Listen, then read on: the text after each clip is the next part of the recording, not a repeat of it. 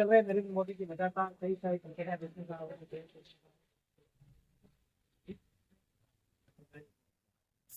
मेरा एक कांग्रेसी बंधुओं से निवेदन है कि तीसरा टर्म देश के यशस्वी प्रधानमंत्री जो है मोदी जी कर रहे हैं।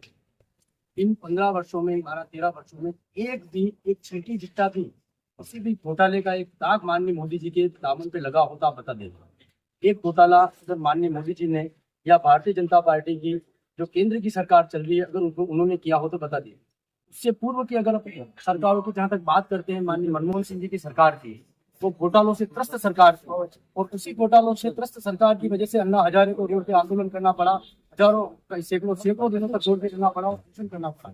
जहाँ तक निजीकरण की बात है, ऐसा कोई विकास का कार्य बाकी रखा हो माननीय मोदी जी ने बता दीजिए आप। जो भारत में घर घर शौचालय पहुंचाने का काम किया है आदरणीय मोदी जी की सरकार नहीं है।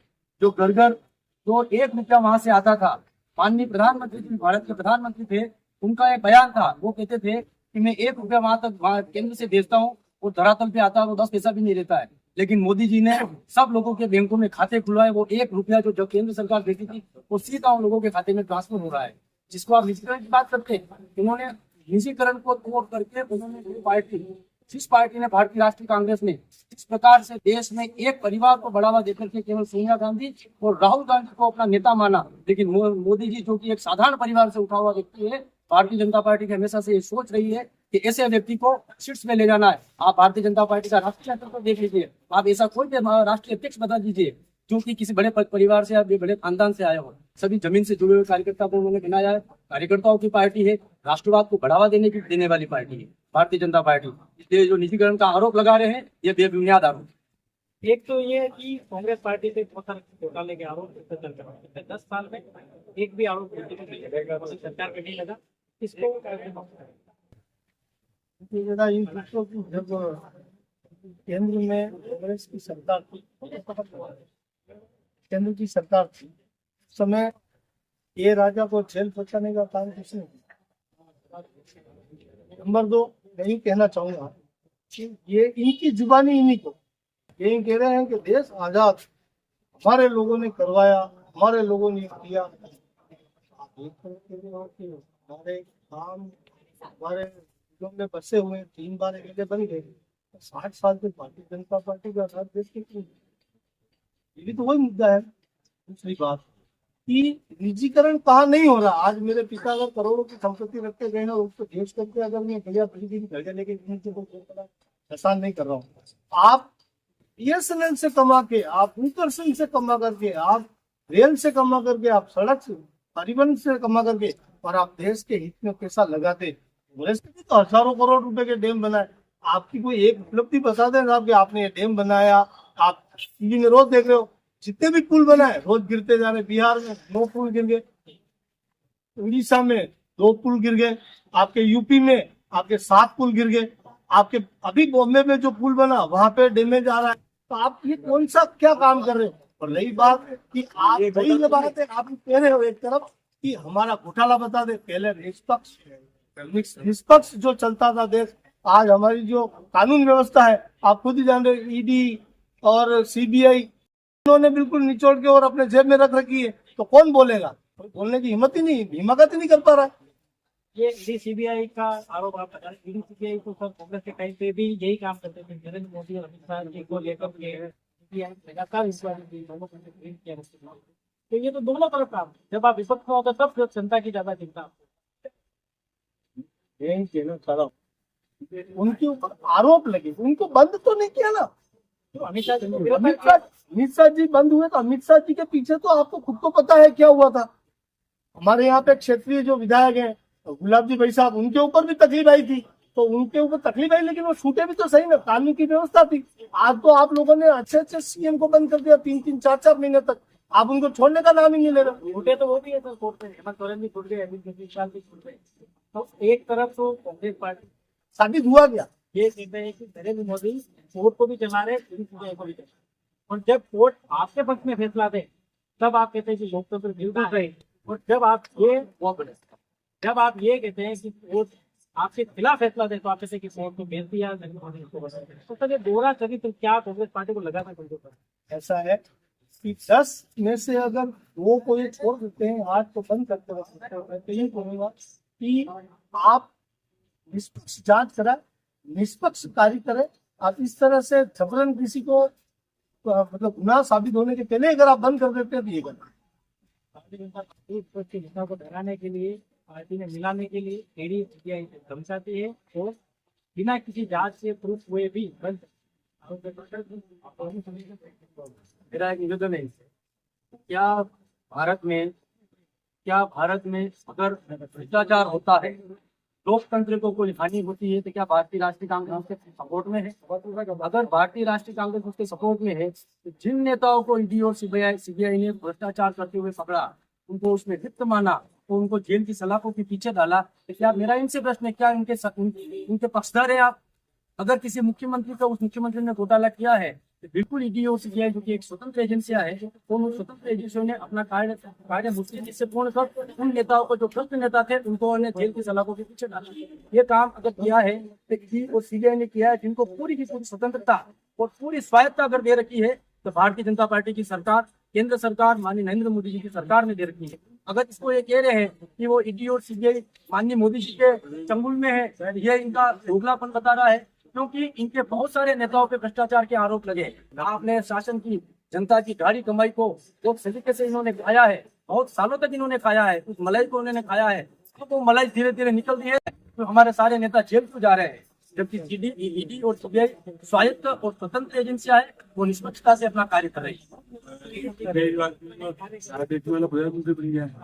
आप इसको भ्रष्टाचारी कहते हैं, अगर वो भारतीय जनता पार्टी में तो है, तो फिर वो भ्रष्टाचारी जैसे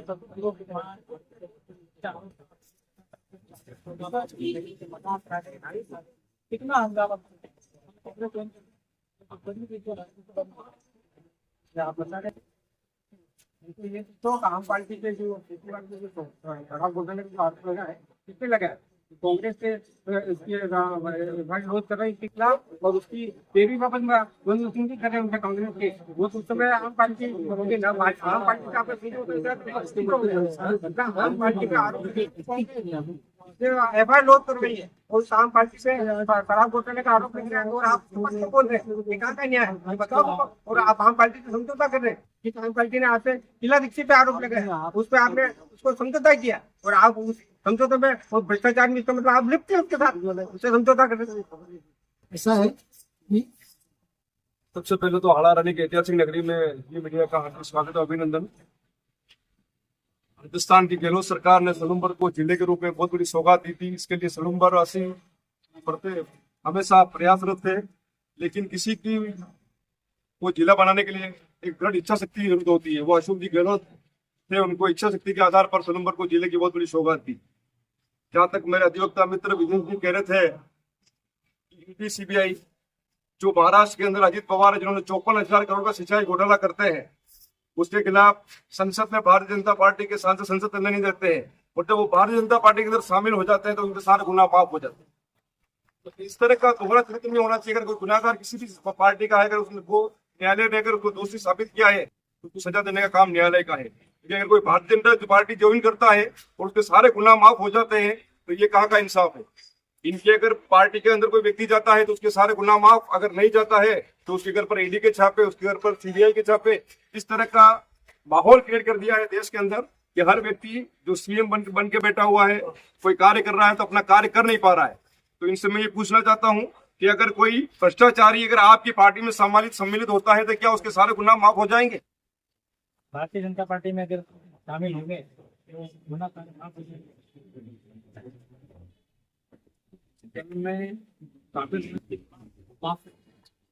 न्यायालय की अपनी प्रक्रिया है, न्यायालय एक रूप में अपराध मानता है तो करेगा। इसमें ये नहीं कि इसमें शामिल होना, कोई भी व्यक्ति अपनी विचारधारा है, जिसको लगता है कि जिस दल में हूँ वो मेरे लिए ठीक नहीं है तो स्वतंत्र है, किसी भी दल में शामिल हो जाए।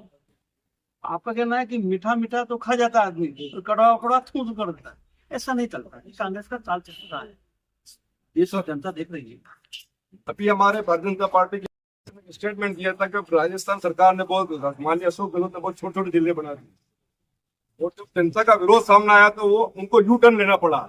तो कहीं ना कहीं राजस्थान सरकार में सरकार और सत्ता के बीच में कोई तालमेल नहीं चल रहा है, जिसका खामियाजा यहाँ की राजस्थान की जनता भुगत रही है।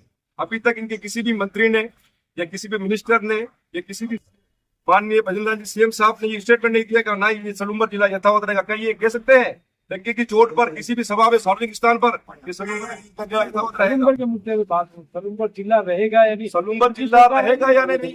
इनका क्या स्टेटमेंट? क्या ये विस्तार करते हैं इनके कोई भी इनके मिनिस्टर किरोड़लाल जी मीणा अभी सरकार की खामियों को लेकर इस्तीफा मंत्री पर छोड़ के बैठे हुए हैं। कहीं न कहीं जो सत्ता पक्ष के जो विधायक है उनके काम नहीं हो पा रहे हैं, उनको काम नहीं हो पा रहे तो आम जनता के काम कैसे होंगे? अगर किरोड़लाल जी मीणा जो बहुत ही दिग्गज नेता है, भारतीय जनता पार्टी के मंत्री भी हैं, उनको इस्तीफा क्यों देना पड़ा?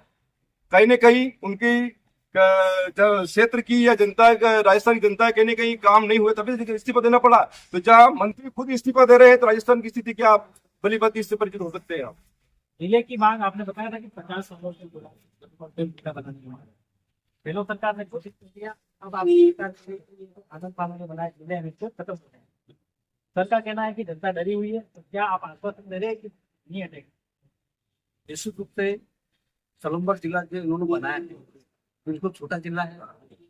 हम इसमें हमारी सरकार इसमें विस्तार कर रही है और सलूम्बर को जिले का जो दर्जा है वह कायम रखेगी, ऐसा हमारे माननीय सांसद महोदय ने, हमारे प्रभारी मंत्री ने भी पूरी सलूम्बर की जनता को आश्वासन दिया। सलूम्बर में ऐसे क्या इशू है इसको लेकर इस बार कांग्रेस पार्टी करेगी? अगर मौका मिला तो इसको पूरा करने की कोशिश। और एक सवाल ये भी बनता है कि मौका मिला तो फिर सरकार के पास बीजेपी की चलने वाली है, तो फिर क्या फिर जनता के साथ ऐसा होगा कि यार विधायक नहीं चाहिए नहीं सकता? सबसे बड़ी बात यह कि अर्जुन लाल जी मीणा हमारे यहाँ पर 10 साल तक सांसद रहे। यहाँ से कम 15-20 किलोमीटर एक रेलवे स्टेशन था टिहरी करके। अगर उनमें इच्छा शक्ति होती, 10 साल भारतीय जनता पार्टी की सरकार भी रही है, वो एमपी भी रहे, अगर वो चाहते तो सलूम्बर को रेलवे आमान परिवर्तन के द्वारा रेल लाइन से जोड़ सकते। इसका यहाँ पर जो लोग ये गरीब तबका है, ट्राइबल तबका है, जो अपने रोजगार के लिए महाराष्ट्र, अहमदाबाद, गुजरात जाते हैं, तो कहने की रेलवे लाइन आने से वहाँ के यहाँ के लोगों को रोजगार मिलता है और वो उनको दूसरे राज्यों में रोजगार के लिए नहीं जाना पड़ता। तो कहीं न कहीं इनकी सरकार होते हुए, इनका मेंबर ऑफ पार्लियामेंट होते हुए भी इन्होंने रेल लाइन के लिए कुछ नहीं किया। ये हमारा भी एक मुद्दा रहेगा, क्योंकि सरकार होते हुए भी कहीं न कहीं इनकी नाकामी रही कि रेल लाइन से सलूम्बर को नहीं जोड़ पाए और रोजगार नहीं मिलने के कारण लोगों को यहाँ से पलायन करना पड़ा। रोजगार बड़ा मुद्दा है सब, रेलवे लाइन को लेकर तो रोड से ही जोड़ता है, हाईवे का है, हाईवे 4 लेन ही नहीं है। जबकि 10 साल से इनकी सरकार है। जब अमृतलाल जी का देहांत हो गया तो केंद्र से लगाकर राज्य से लगाकर सारे मंत्री संतरी बैठने के लिए आए। उनको अमृतलाल जी के दिन दिखे नहीं थे कि अमृतलाल जी अपने यहाँ पे एक 4 लेन दे दे, तीरपुर चौकी से खेरवाड़ा, एक 4 लेन दे दे साहब उदयपुर से लगा करके वाया सलूम्बर होते हुए बांसवाड़ा रतलाम। इनको दिखाई नहीं सलूम्बर कहाँ है।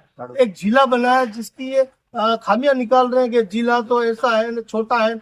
इनको पूछो कि संघ वालों ने भारतीय जनता पार्टी के जितने भी दल होते हैं उनके जिला संयोजक आज से 15 साल पहले से सुन रहा हूँ सलूम्बर जिला था। ये तो अपने संगठन को जिला बताते हैं कि जिला सलूम्बर, पिछले 15 साल से जिला सलूम्बर कह रहे हैं। क्यों कह रहे हैं? क्योंकि अगर छोटे छोटे क्षेत्र बनेंगे तो उसका विकास और ज्यादा होगा। आज उदयपुर जिला इतना बड़ा हो चुका है कि सलूम्बर तक उसका नंबर ही नहीं आता है। अशोक गहलोत साहब की इतनी बड़ी सोच थी कि अगर छोटे छोटे जिले होंगे तो उनका डेवलपमेंट बहुत अच्छा होगा। 100 करोड़ वो भी तो देते ना, तो आप भी दो ना 100 करोड़ रुपए। आप छीनने में क्यों बैठे हो? वो तो सच में काफी जो यहाँ पे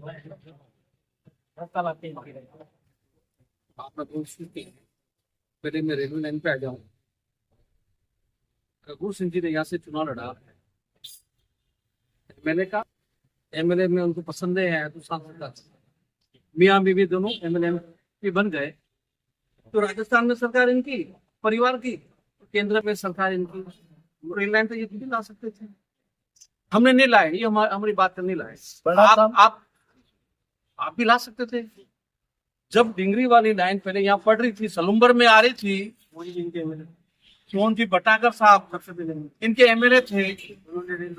तो यूं कहा कि सलूम्बर में हमारे रेल सलूम्बर में हमारे रेल लाइन की कोई जरूरत नहीं, यहाँ आएंगे गुंडे बदमाश वगैरह सब लोग आएंगे। हस्ताक्षर अभियान इन्होंने चलाया कि हमारे को यहाँ रेल लाइन की कोई आवश्यकता नहीं है। यदि उस समय रेल लाइन की सौगात सलूम्बर को मिल जाती तो हमारे को बाहर का रोजगार के लिए जाना पड़ता। बहुत सारे रोजगार जहाँ तक रेल लाइन की बात है, हम निश्चित रूप से ये विश्वास दिलाते हैं।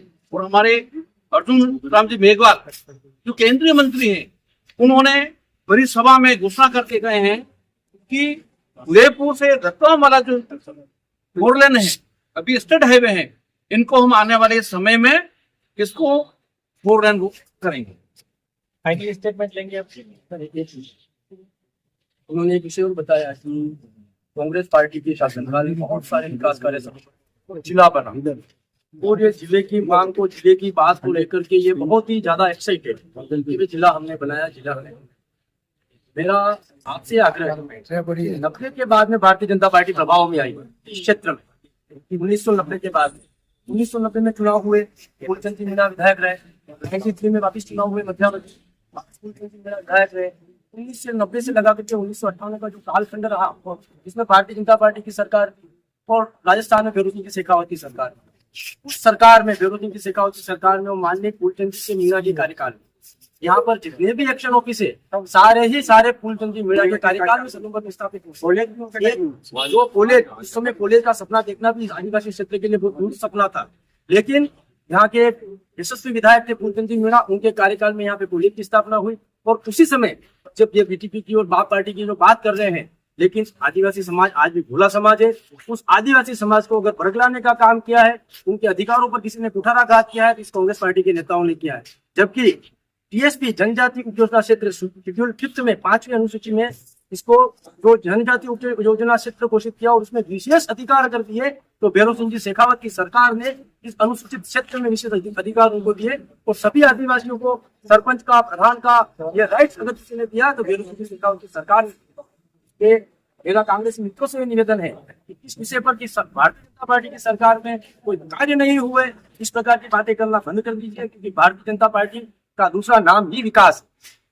ये मतलब आदिवासी की जो बात कर रहे हैं, आदिवासी तो भारतीय आदिवासी पार्टी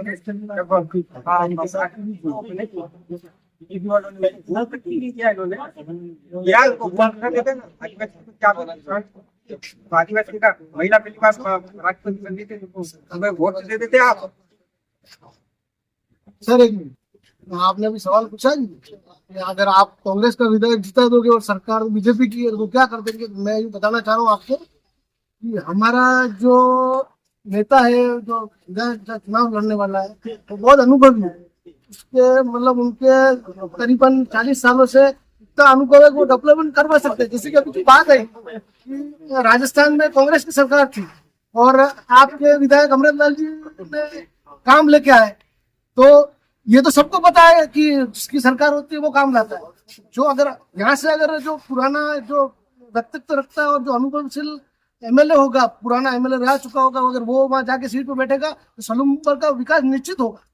ये इनको बता दूंगा। इन्होंने क्या कांग्रेस ने तो अपना कैंडिडेट पूरा घोषित कर दिया है, ये अपना तय कर दे कांग्रेस पार्टी फतवा जारी करके कि हमारा उम्मीदवार रघुवीर सिंह जी मीणा है। ये बता दे सर, मेरा सिर्फ ये कहना है कि जो राष्ट्रीय कांग्रेस है, कांग्रेस का एक ही बात है कि जो परिवारवाद है उसको आगे बढ़ाना है, अपने जितने भी पुराने लीडर है उनको स्थापित रखना है। जबकि आज के समय में समय बदल चुका है, युवा शक्ति जाग चुकी है और सब युवा जो एजुकेट हो गए हैं उनको पता है कि डेवलपमेंट के साथ में जो सर्वांगीण विकास है वो बहुत मस्त है। और किसी भी पुरानी बात को लेकर के कि हमने 40 साल पहले ये किया, 50 साल पहले ये किया, आज की तारीख में आप जो है राष्ट्र में सरकार वगैरह नहीं बना सकते और कोई भी सरकार को नहीं जिता सकते हैं। मैं आपको एक बार 500 पार का मुद्दा अभी 250 पे आगे गए।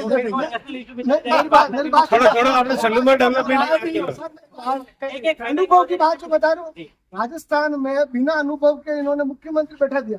जो 9 महीने हुए पूरे राजस्थान पर्ची वाला मुख्यमंत्री, जनता अभी तो भुगत रही है। साफ लाइटों के बिल ज्यादा आ रहे हैं, मेडिकल के लोग परेशान हो गए।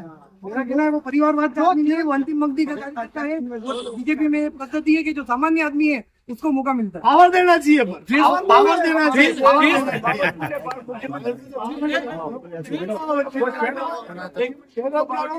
पर्ची वाले मुख्यमंत्री जी की आप बात कर रहे हैं ना, आपके अच्छे से अधिकारी को और आने वाले आप समय में आपके नेताओं को जेल में भेजने का काम ये पर्ची वाला मुख्यमंत्री करेगा। अपने अपने पावर है, जिला राजीव गांधी युवा मित्र को 16,000 लोगों को हमारा जो उम्मीदवार होगा वो सलूमर विधानसभा का ही होगा, लेकिन इनके चाहे एमपी थे या पूर्व एमएलए थे जो सलूमर विधानसभा के थे बाहर के थे, लेकिन हम डंके की चोट पे कह रहे हैं कि हमारा जो भी उम्मीदवार होगा वो सलूमर विधानसभा में होगा। ये ऐसा है, कांग्रेस गरीबों का साथी, अभी जो इन्होंने बताया ना, आदिवासियों के साथ नहीं है, और हम भारतीय जनता पार्टी कांग्रेस हमेशा आदिवासियों के साथ उनके हित की बात करती है और गरीब के हित की बात करती है। इसलिए हमारे मुख्यमंत्री अशोक गहलोत ने 25 लाख का बीमा निकाला, वो हर आम आदमी को निकाला, और उन्होंने 5 लाख झांसा देकर, वो भी जनता भी तरस रही है। जनता बताएंगे।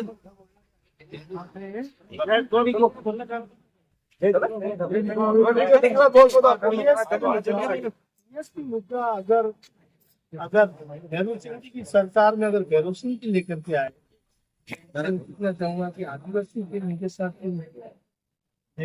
जुड़ा है ना, अलग तो हो गया चला है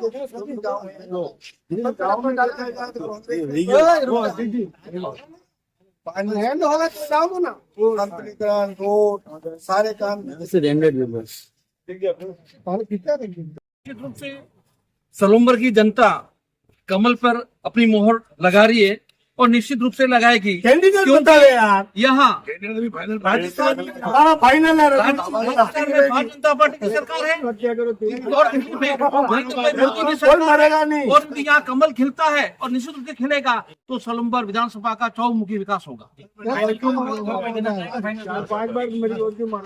एक भाई बोल रहे हैं नहीं काउंटर नहीं, अब तो काउंटर करेंगे हमारा निशान कमल का फूल, और स्पष्ट बहुमत से केंद्र में भाजपा की सरकार है और राज्य में भाजपा की सरकार है, और यहाँ भी सलूम्बर में कमल का फूल निकलेगा और प्रत्याशी कोई भी हो। दोनों भाई है, दोनों भाई है। आने वाले विधानसभा के उपचुनाव में क्षेत्र की जनता निश्चित रूप से भारतीय जनता पार्टी के पक्ष में मतदान करेगी और निश्चित रूप से भारतीय जनता पार्टी का विधायक बनेगा।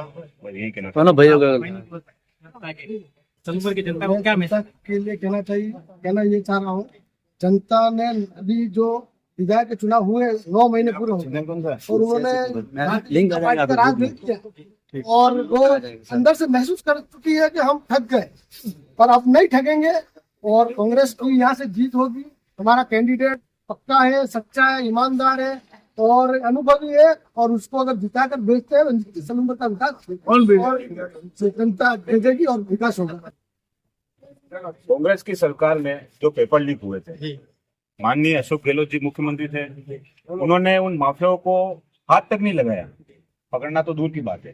तब से भजनलाल जी शर्मा मुख्यमंत्री बने तो उन माफियाओं को पकड़ा और उन पर लगाम लगाई, और आज जितने भी माफिया है, जो पेपर माफिया है, वो सब जवाब दे रहा हूँ। जितने भी पेपर लीक हुए 47 जनों को अभी तक अरेस्ट किया गया है। 47 में से मात्र 9 ऐसे व्यक्ति हैं जिनको इन्होंने अरेस्ट किया, बाकी सारे के सारे अशोक गहलोत की सरकार में अरेस्ट हुए।